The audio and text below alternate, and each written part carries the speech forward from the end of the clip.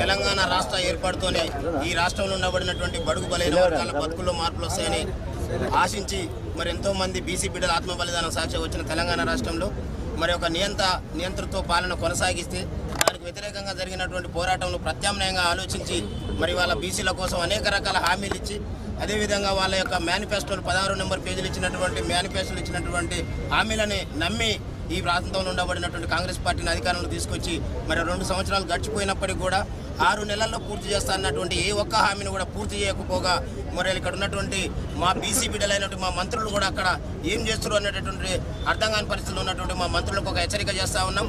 ఏదైతే BC sub plan మీద రేపు 23 తారీఖు జరిగేటటువంటి మంత్రివర్గ సమావేశంలో తక్షణమే దాన్ని డిమాండ్ చేసి అది కనుక సమావేశంలో తీర్మానం కాకపోతే మీరు బయటికి రావాల్సిందిగా విజ్ఞప్తి చేస్తాను. లేని పక్షంలో మళ్ళీ మిమ్మల్ని అసెంబ్లీకి పోనిచ్చేటటువంటి పరిస్థితి ఉండదనేటటువంటి ఈ యొక్క 62% ఉండబడినటువంటి బీసీల సాక్షిగా ఇవాళ ఇక్కడ ఉన్నటువంటి అమరవీరుల స్థూపం సాక్షిగా మా యొక్క బీసీ బిడ్డలను హెచ్చరిస్తా ఉన్నాం. ఫస్ట్ మా పోరాటం మా బీసీ మంత్రుల మీదనే, ఆ తర్వాతనే రాష్ట్ర ప్రభుత్వం మీద. ఈ రాష్ట్ర ప్రభుత్వాన్ని నమ్మి అధికారులు తీసుకొచ్చినటువంటి ప్రభుత్వం చేయాల్సినటువంటి పనిని మరి చేపించాల్సినటువంటి బాధ్యత మా ద్వారా అసెంబ్లీకి పోయినటువంటి మా బిడ్డలు అనేటటువంటి వాస్తవాన్ని ఈ యొక్క సమావేశం సాక్షిగా హెచ్చరిస్తున్నాం.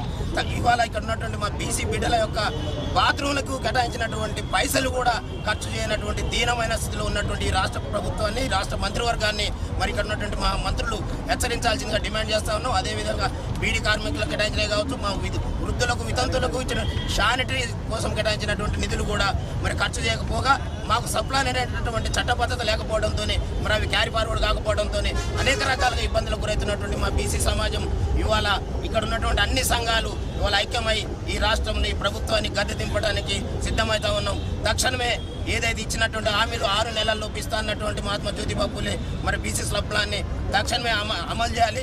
సంవత్సరానికి 20,000 కోట్ల రూపాయలని చెప్పినటువంటి వాటిలో ఏమాత్రం కూడా కేటాయించి మరి ఖర్చు చేయకపోవటాన్ని ఇక్కడ ఉన్నటువంటి మా సమాజం గతంలో మాదిరిగా లేదు. ఇవాళ మా వాళ్ళంతా విద్యావంతులు, మేధావులు, ఉద్యోగులు అందరూ కూడా ఆలోచిస్తున్నటువంటి సందర్భం. ప్రత్యామ్నాయ పార్టీగా మిమ్మల్ని ఆనాడు ఈ రాష్ట్రంలో మాకు బీసీలకు పార్టీ లేదు కాబట్టి మరి కాంగ్రెస్ పార్టీని ఆదరించినటువంటి పరిస్థితి. ఇవాళ బీసీలు అందరం ఏకమై ఇవాళ యునైటెడ్ ఫ్రంట్తోనే అదేవిధంగా తెలంగాణ రాజ్యాధికార పార్టీతోనే ఇక్కడ ఉన్నటువంటి ప్రజలందరం కూడా చైతన్యం అవుతా ఉన్నాం. ఖచ్చితంగా 2028 లోపు ఇవి జరగకపోతే మీ ప్రభుత్వాన్ని పొందబెడతాం. తక్షణమే ఇది అమలు చేసే విధంగా ఈ మంత్రివర్గం నిర్ణయం తీసుకోకపోతే మంత్రివర్గంలో ఉండబడినట్టు మా బీసీ మంత్రుల్ని ఈ రాష్ట్రంలో ఎక్కడ కూడా తిరగనియమనేటటువంటి వాస్తవాన్ని కూడా ఈ వేదిక ద్వారా హెచ్చరిస్తా ఉన్నాం.